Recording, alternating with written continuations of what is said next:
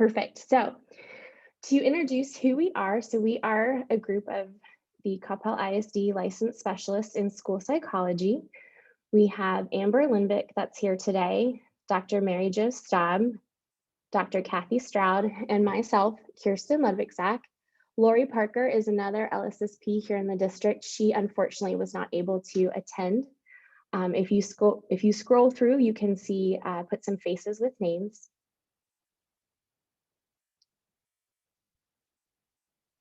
Kathy. No, you're good.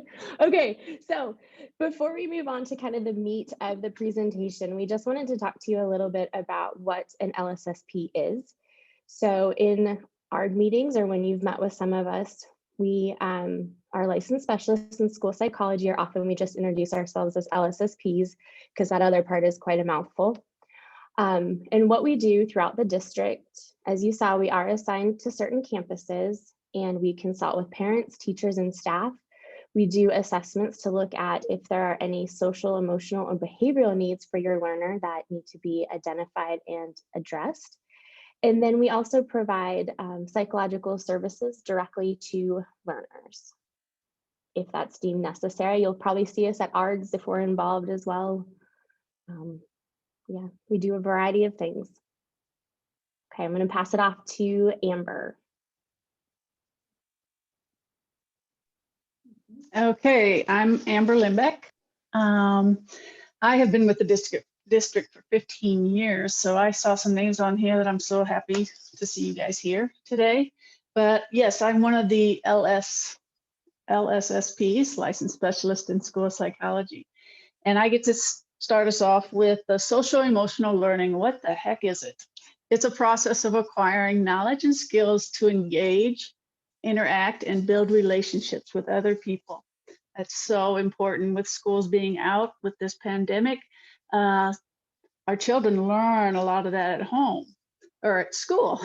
But since we've been in this pandemic for almost a year, we are counting on parents to help us out and make sure your child learns learn those areas. Okay, next slide, Kathy.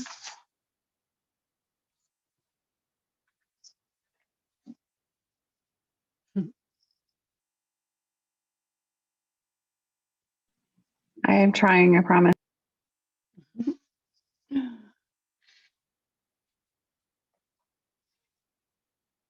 Okay, and what exactly are the benefits of SEL, social emotional learning?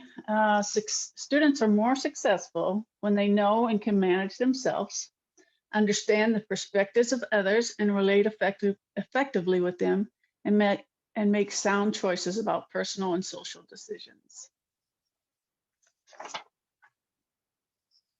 Now you're up, Kathy.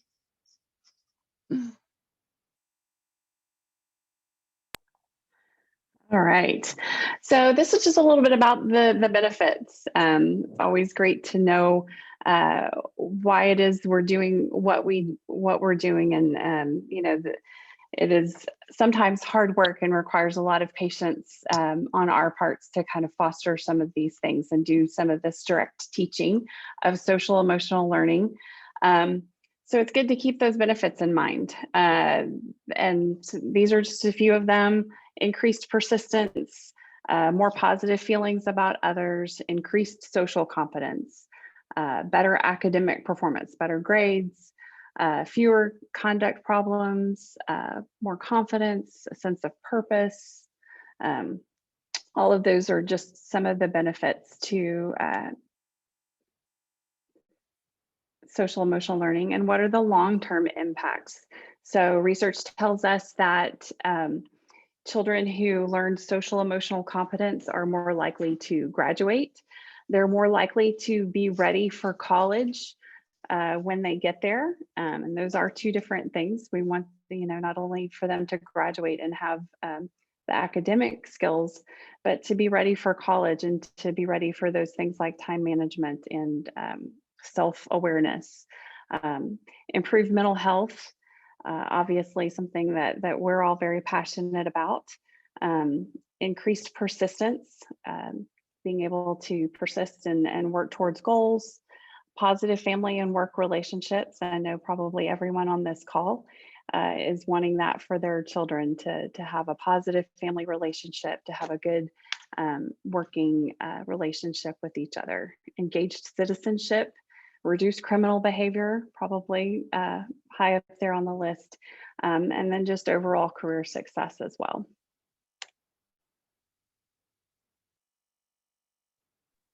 And it's back to me.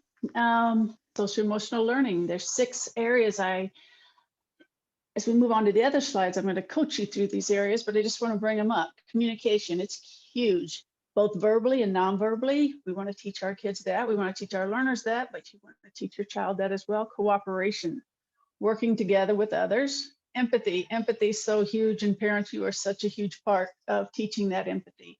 Empathy is certainly learned, and they learn by example and role modeling and watching others.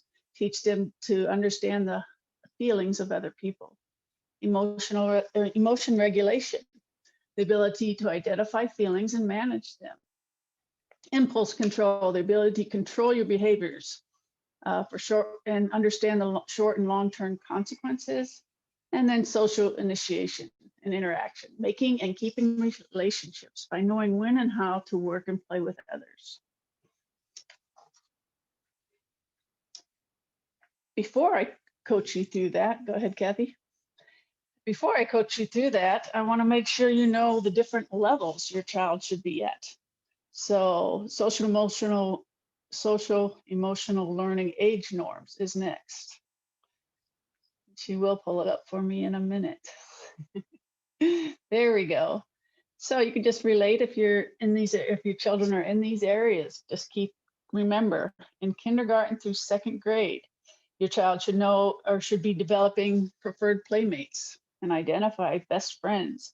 They should be becoming more cooperative with the rules. They understand differences between real life and pretend play.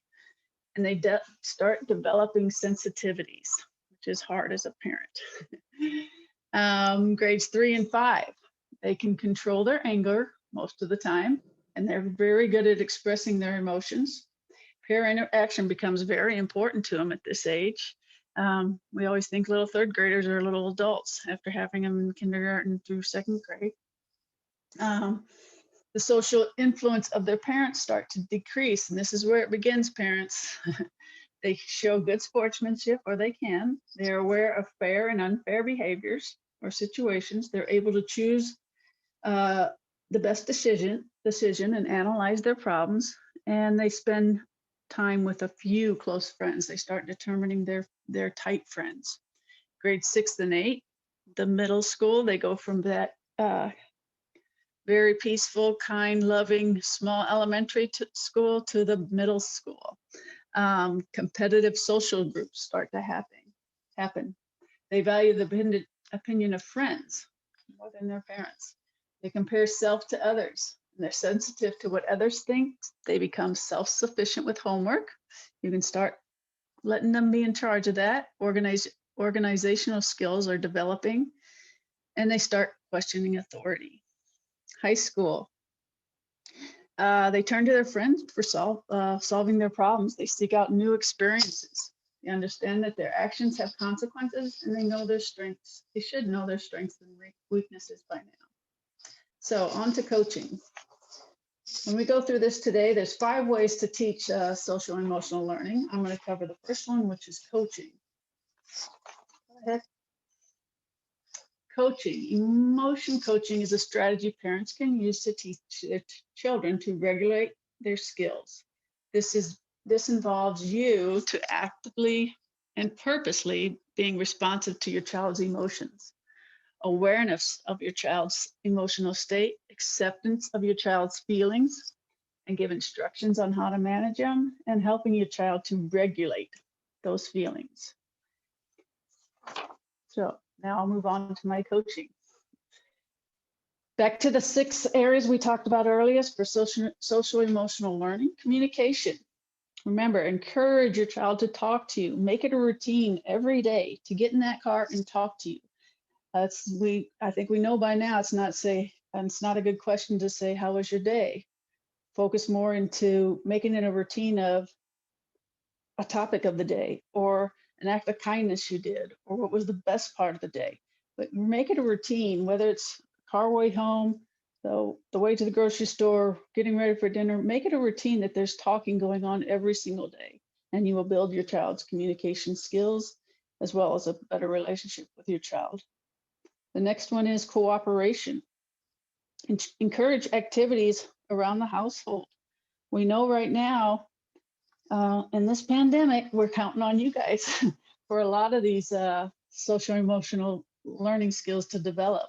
Promote things through making dinner. Everybody should have a job. It shouldn't be mom's doing the cooking or dad's doing the cooking and you text them to come eat. Everybody should have a role. And that shows teamwork. That shows family cooperation. Somebody peel the potatoes. We peel potatoes anymore. Somebody fill the glasses of water. Somebody set the table, but it's teamwork. That way you get everybody in the room working on a goal, and that's cooperating with each other. So really try to get that into your game plan at home. And then, of course, game nights, family game nights would be great. And then also observe when your kids are playing with each other. Right now, it's hard to play with other kids, but really observe your kid and correct them when you can for that cooperation piece. And once they know you're watching, they want to please. So keep that in mind. The empathy, the third one over there. Teach children to understand the emotions of other. As I mentioned earlier, parents, you play a huge role in this. Talk about feelings. Talk about your feelings. Talk about how the child behaved and how it affected somebody else's feelings. But really get them to know empathy. And pretend play is a big piece of that. Encourage pretend play in your household. Encourage playing house, boy or girl. Encourage that. Encourage, I don't even care if your boy plays with dolls, but encourage playing with stuffed animals so you can see that empathy and that love and that caring in your child. Playing house is huge. I have a little 6-year-old and he plays with dinosaurs and it's very active, very aggressive. And I try to switch it over and you know what, let's play doctor with these dinosaurs and take care of them. So always keep in your mind, even though they got to be rough and tough like that, but encourage that empathy, whether it's a dinosaur, stuffed animal, or a doll.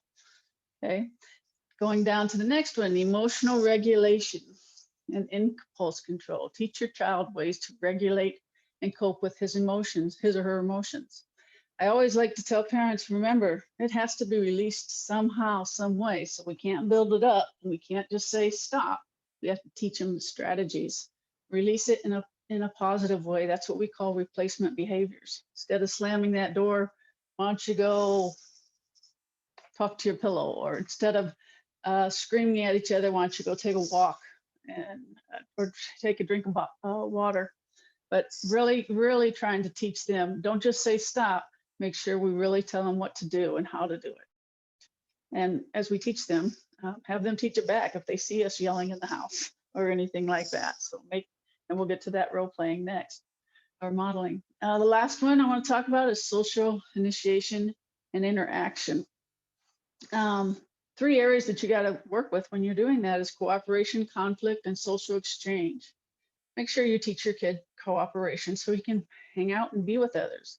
Conflict, he needs to know he has a teammate or a friend and he can work it out with somebody. And then that social exchange, make sure he understands that there's give and take in every relationship, in every conversation, and every friend you have. And when you teach him that and show him that, he's going to be a great little cool guy or girl. So keep those 5, like I said, 5 up there, areas in mind. And then we're going to roll on to modeling. And I think that is, I don't know who that is. That's me. So I just wanted to add a quick note. As we're going through this and saying communication, keep in mind communication is not just spoken language. Communication can be through pictures, it can be through assistive technology, it can be through gestures.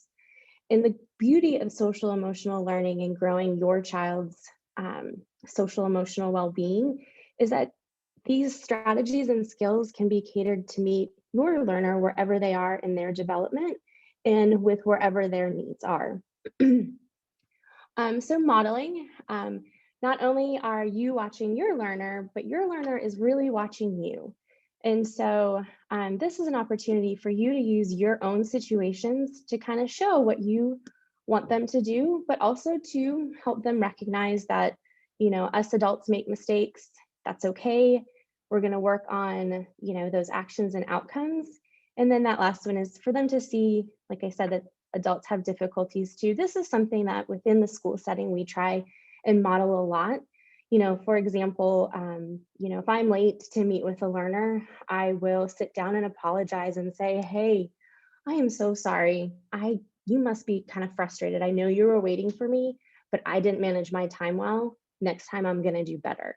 That just helps them to feel less alone and like less that they're the only ones struggling with certain situations. So here's some strategies to kind of when you think of opportunities for modeling. So you want to identify the situation and emotions. So for example, I just kind of walked through, sorry, I'm late. You must be feeling frustrated. You can also talk about a situation where, hey, I was so stressed out this morning because I was late for a meeting. And then depending on your learner's communication level, you can also look at possible outcomes in talking through the situation, or again, bringing in pictures and offering choices of, I could do this or I could do this, and seeing if they're able to help work through that problem with you. And then also looking at implementing it. So follow through, show them that you are taking what they're saying into consideration and also following through on what you said you were going to do. That's a big one. If you say you're going to do something, make sure you do it. So that's hard though, because sometimes we can draw a line and not necessarily want to actually hold to it because it might be difficult in that moment. So just make sure when you say, if that happens one more time, this is going to whatever, implement and follow through on what you've modeled that you said you were going to do. And then also looking back at evaluating, so how did it go? Don't be afraid to say if it didn't go well. Don't be afraid to, totally missed the mark on that one, or, I thought this was going to work out well, but it really didn't. I can't stress to you enough that as important as it is for children to see adults modeling what we want them to do, it's equally as important for them to see, when we do try something and it doesn't go well. So looking at preschool, in terms of modeling, just demonstrating how to share. If your learner's playing with something, you can say, oh, my turn, and then your turn. Make sure to just keep it simple and concrete, incorporate it into that play aspect, or, whatever they're particularly interested in.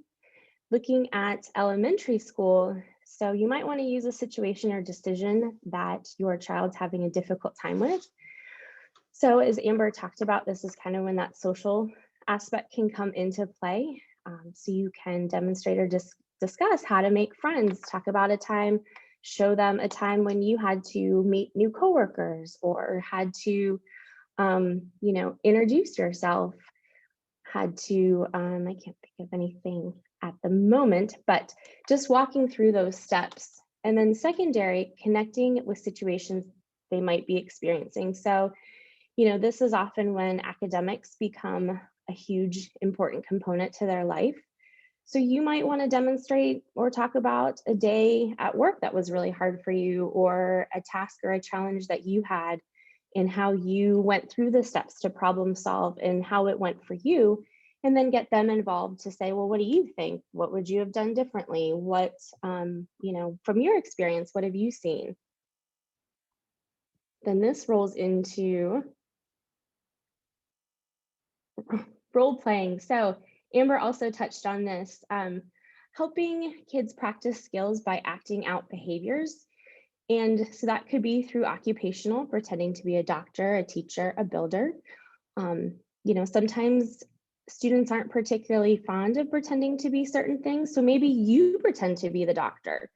And let's say you have a doctor's appointment coming up. You pretend to be the doctor and help them get familiar with what's going to happen. Or sometimes students have a difficult time with getting their hair cut. Pretend to be the barber. You take the role on of being the role player. Also, there's opportunities for kind of fantasy. So pretending to be favorite characters like Elsa or Superman, tying a towel around them like it's a cape and flying all over. Using using bubbles to pretend it's snowing and you're Elsa in the land of Frozen. There's a lot of opportunities within the home to take current objects, a wooden spoon as a magic wand. Think about what your child's favorite movies are, what their favorite cartoons are, if they watch TV, or if they gravitate towards something in a book. Think of how you can take some of those elements and bring it into your home. And then real life situations. So practicing what to do using real life situations. So for example, as I was driving to the school where I am at right now, in my head, I was kind of thinking about, okay, pretending that I'm here talking to you all and going through what I wanted to say and just practicing that. Especially as students get older and start to face some tricky social situations, or maybe needing to have an uncomfortable conversation with a teacher, it can be helpful to say, okay, pretend I'm your teacher. Tell me what you want to say. And you can go back and forth, or they can be the teacher. They can be the person that they're going to have to talk to. And you can model, see what I did there? You can model what might be a good way of saying it, or on the flip side, modeling what might not be a good thing and letting them understand, ooh, that did sound kind of bad. Or, ooh, when mom or dad weren't looking at me as they were trying to say this information, I kind of was wondering if they were paying attention. There are a lot of opportunities to incorporate these things into daily life. And then it also, when the time comes for those situations, hopefully they'll be more acclimated and feel more comfortable.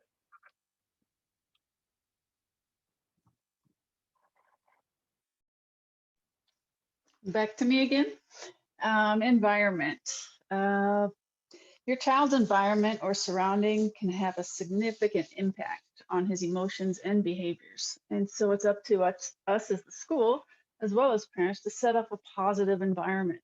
In different areas, in two extremes that make the environment peaceful, make sure the environment or the surroundings, everybody knows around that they can talk, they can express their feelings, they can be open, they can be trusted.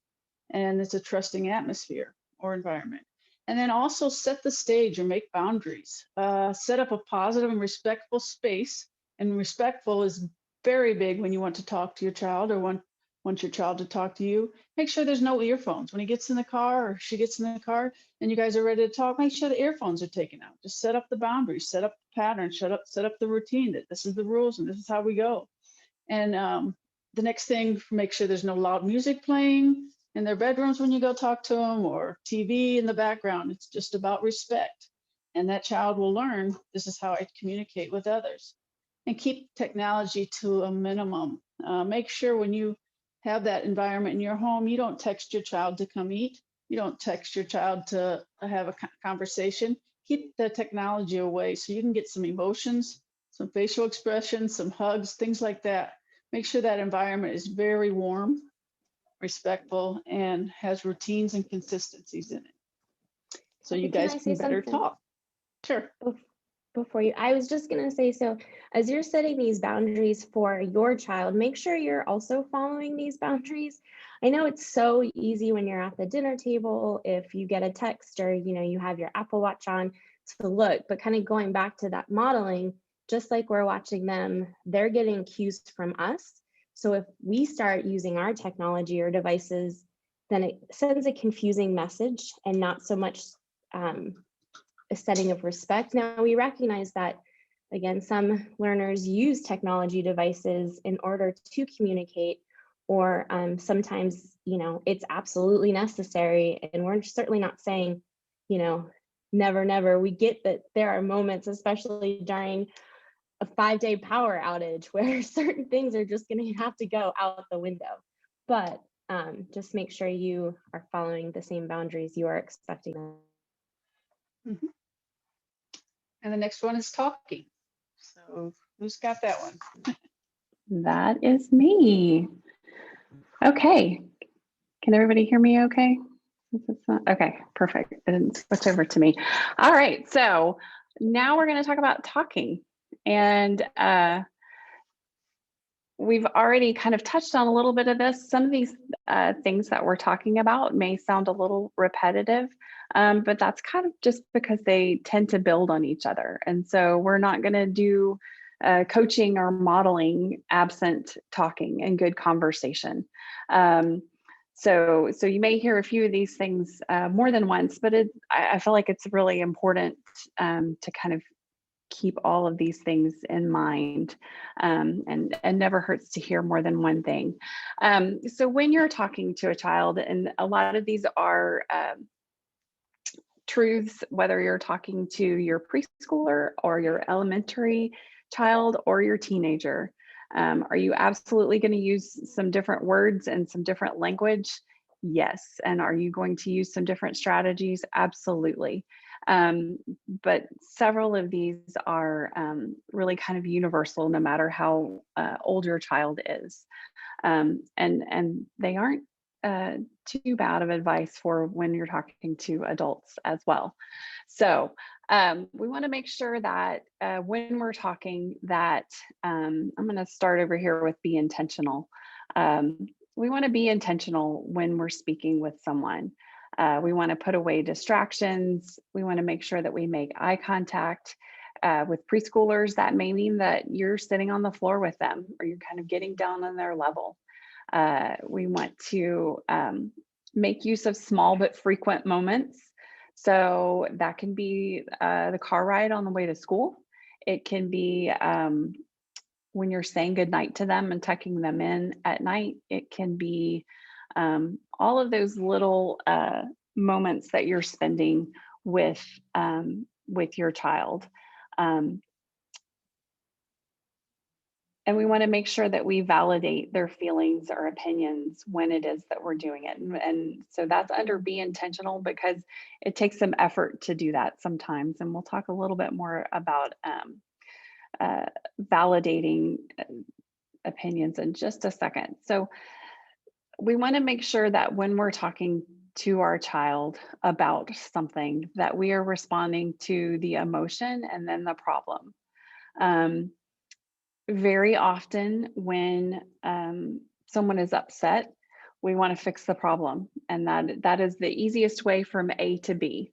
And especially with children, when you can see just like this shining light in the distance of what the answer is to this problem, it's just as clear as day, and it's easy for you to see. It's very easy to say, well, then just go pick somebody else to play with, or then just play this game if that game isn't working for you.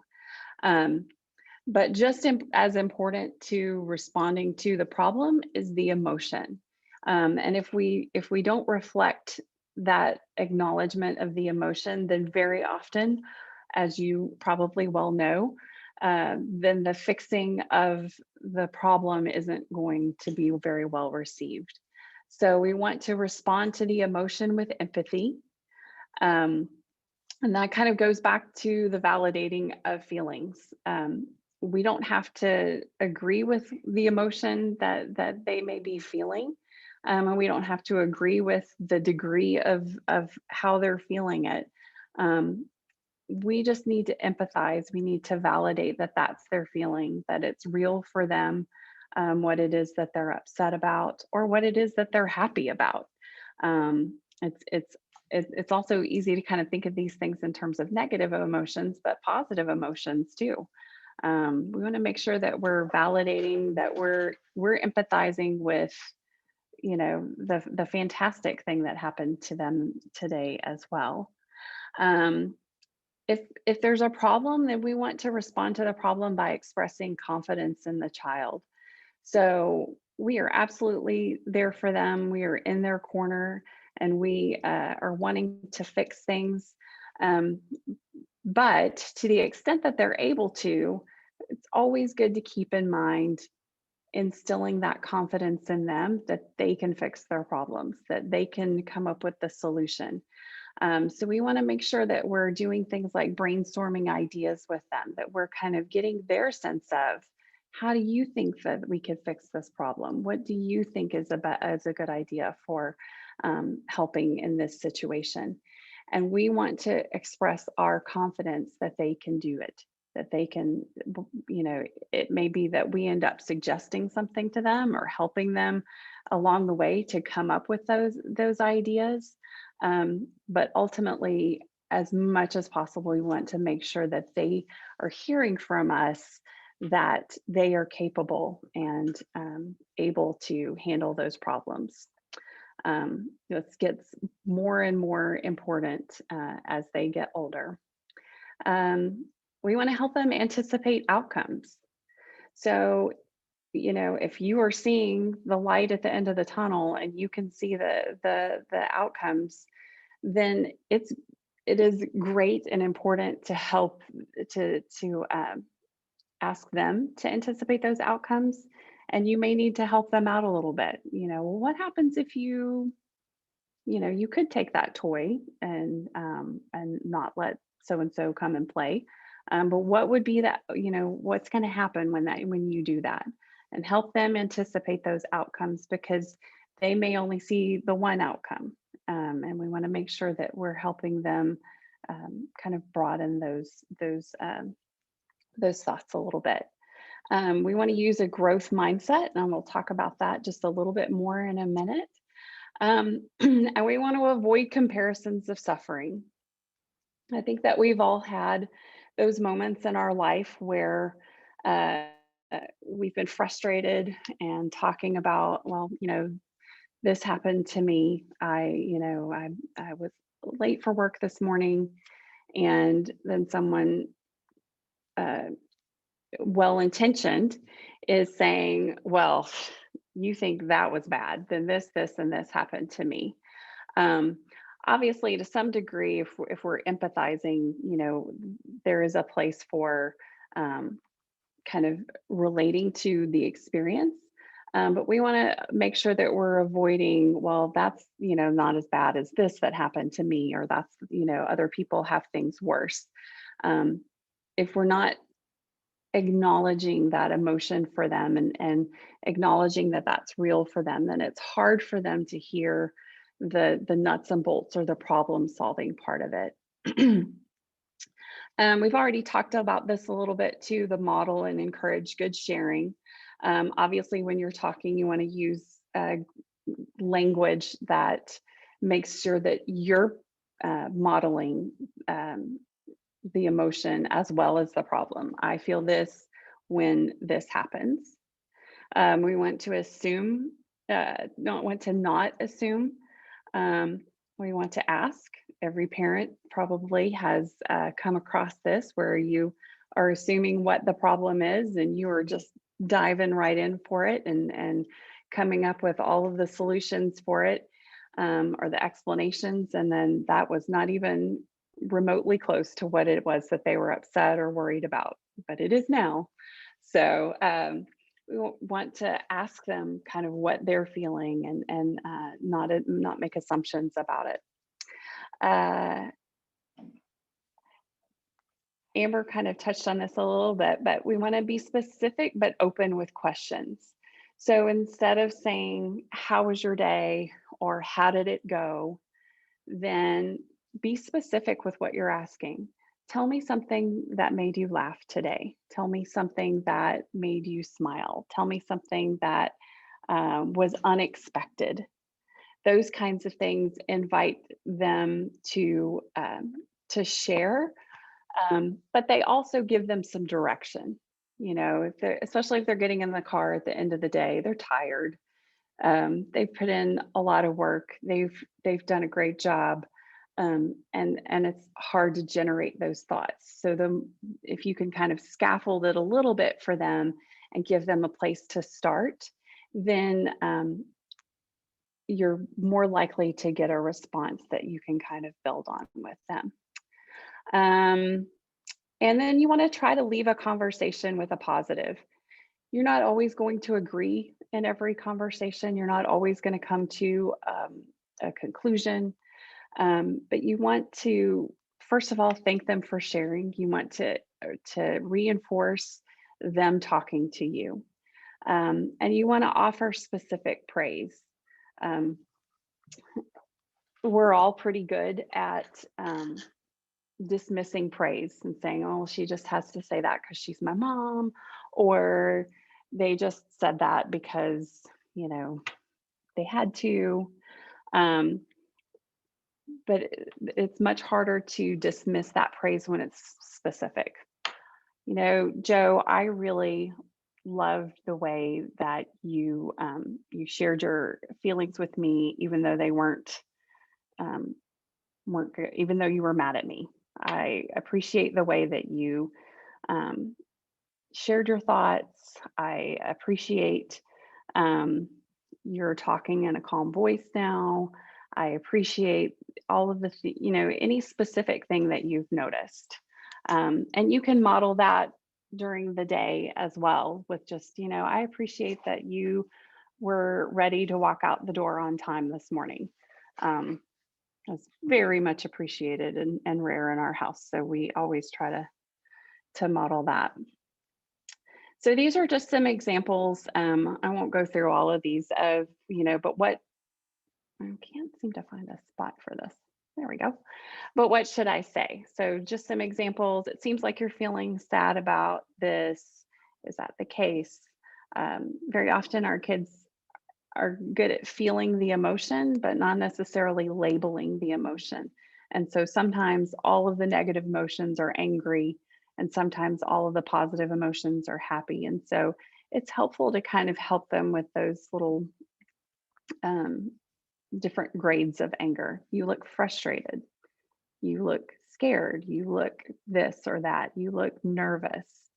Um, it's good to talk and give them that language of what it is that you see, and reflect their feelings. It helps them to feel heard. Let's see. And then the avoiding things are those minimizing that I talked about. You want to make sure that you don't minimize what it is that they're feeling, because if they don't feel heard in terms of their feeling, then it'll be hard to kind of get past that to get to the actual problem solving. All right, so these are just some different things that, some positive statements if we have a growth mindset. So growth mindset versus a fixed mindset. A growth mindset is when there's a problem, communicating that there is a solution, that there is, that even if something bad has happened, what it is that I can learn from it, what I can do differently next time, as opposed to, well, this is awful, this will never happen for me. So when we have a growth mindset, we learn that challenges help us grow, that mistakes are valuable, determination will help me overcome my struggles, constructive criticism is helpful, effort and attitude will help me improve, and I can learn anything I want to. And then these are just some other contrasts between a fixed mindset and a growth mindset. So a fixed mindset avoids challenges, gives up easily. Basically, what you have is what you get, and it is really focused on the outcome. Whereas a growth mindset is embracing those challenges, learning to persevere in the face of failures. We all know as adults that it's not necessarily the end goal that we focus on. It's the effort that you're needing to put into something, and the learning process that's really important that you carry on to different tasks that you do. And so treating these negative emotions and things as a challenge to overcome, but combining that with confidence that your child can overcome those things promotes a growth mindset. So it promotes, makes it more of a problem solving, and we can absolutely do this and we can learn from it kind of mentality. All right. And then just really quickly, um, conversation is one of those things that I think that we feel like we learn very kids learn very quickly. But in reality, it's hard, and there are a lot of children that struggle with all of the different aspects of a conversation. It's more than just walking up to someone and being able to talk, and that's why it's a little anxiety provoking for very many of us. So it helps kind of to think of conversation in terms of four different parts of it. So there's a joining of the conversation, there's joining a conversation that's already happening. So we want to teach things like looking for cues, understanding tone of voice, being able to recognize that it's the right time, staying on the topic that's already being discussed.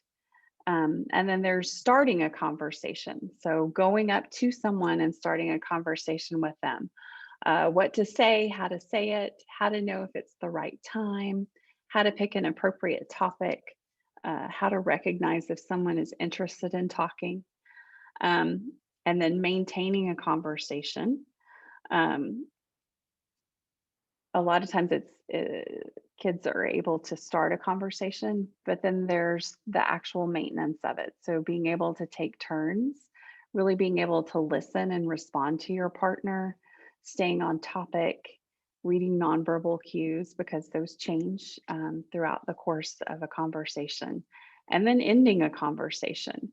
So instead of just walking away or turning when a conversation is over, we want to teach them to look for cues um, to convey their intent. It was really great talking to you. We want to give them the words to say um, to end a conversation well, and to recognize when other people are seeing the end of that. So, just some things to teach those main parts. You can use things like videos or television shows. If you're watching something together, then use those as opportunities to reflect on different aspects of the conversation. Um, I really liked how he listened and then he reflected back what she said. So you can use those as models for them. You can say, uh, do you see how he's standing and he's turned away from her? What does that mean? And asking them questions. You can model those steps for your child in your conversation and your everyday practices when you're at the grocery store talking to someone in the store, or talking to family members. You can model those different things, and you can give them the language and expect that kind of create that expectancy for them to use social greetings um, and good listening skills and questioning. Practice listening and taking turns talking. You can do that with play, with tossing a ball back and forth. And when I have the ball, I get to talk. And then when you have the ball, you have to say something related to what I said. And that can teach them how to stay on topic. Encourage WH questions. You can make that a game. You can say, I'm going to say something, and then I want you to ask me who, what, where, when, why question about it. Teach and reinforce social greetings and wrap ups. Show them examples of facial expressions, including neutral ones. So a lot of times when we think about facial expressions and being able to read someone's face, we think of happy and mad, and we think of the really demonstrative facial expressions, but we want to focus a little bit on some of those neutral ones, like busy or irritated or I'm done, I've kind of lost interest. Those kinds of things we want to show them examples of. And we want to teach them words to show attention. So just those little things when you're having a conversation with someone and they're kind of nodding their head and they're going, yeah. those little things to show attention, we can teach kids as well to kind of help with that. All right. And then these are just some ideas, some at-home activities that build social emotional skills. These are all different things that you can do. You probably have been getting lots of practice in the last year with everyone home, but just good reminders that we can build these skills and we can work on these just as a natural part of your day as you're interacting with your child. You can use all of these little everyday moments to really reinforce and practice.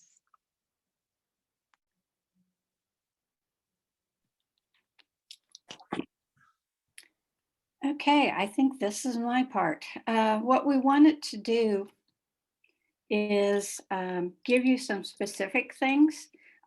We've given you some general ideas, but these are things that you can, when you get your copy, you can click on and they'll specifically take you to things that you can look at and give you ideas. And they're all using the things that the ladies before have talked about with the coaching, the modeling, the role playing kinds of things. You know, when I think about the coaching and I think about the morning affirmations, I go back and I think about Saturday Night Live and the Stuart Smalley who used to be on, who would say, I'm good enough, I'm smart enough, and doggone it, people like me. Actually, there's something behind that. And so, you know, we have information that we're sharing with you about different kinds of affirmations. I find when I talk with kids and, you know, I ask them, can you tell me 5 good things about you? Sometimes they will have a really hard time with that.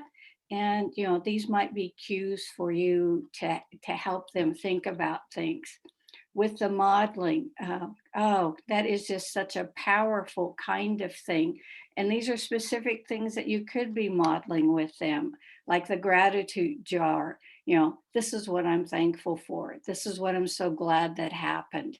Or with the anger thermometer, you know, if you guys have talked about, you know, different stages of anger, and this is how angry I am, when it actually happens and you're frustrated about something, to say, yes, this is where I am, and this is how I feel. And probably my best way of handling this would be such and such. Actually modeling how do we do this? The worrying kinds of things. When you are worried, going and sharing with them, yes, this is something I am worried about, and talking through it. Okay, you know, my first thought was, this is the absolute worst thing in the world. But is this really? You know, is this absolutely the worst thing? Is the world going to end because of this? Just different things like that, so that they can see you actually putting the things that you've talked about into action.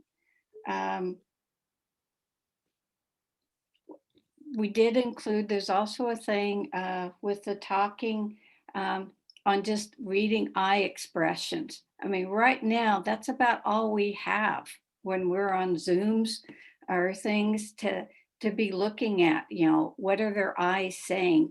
Actually, they've gone back and they've done some research, and the eyes are probably the most expressive part of our faces. So that's a way. You know, just are they reading the eyes of the people in the classroom, with the teacher with the mask on, or the other kids with the mask on? You know, when we look at role playing, not just coming up with the situations, but actually showing or coming up, you know, practicing I statements. You know, what we want our kids to be able to do is to advocate for themselves and to stand up for themselves and disagree if that's appropriate.